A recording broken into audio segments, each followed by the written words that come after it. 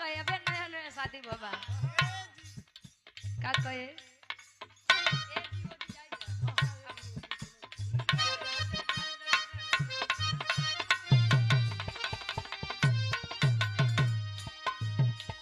आवा ये रानी पजरिया हो सट के सूता से जरिया हो सट के सूता नहीं यार से चढ़ जब पछवा से चढ़ के हिचवाए ले गए। अरे भदोही के वीर हैं आप। हां महुआ वाली के है ना गुरुदेव। हां ये महुआ वाली है।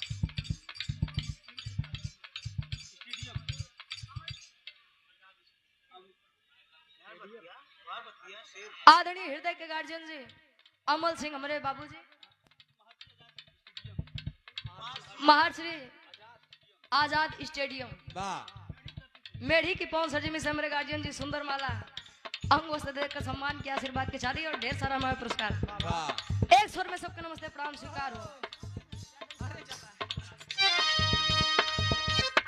आवा ये रानी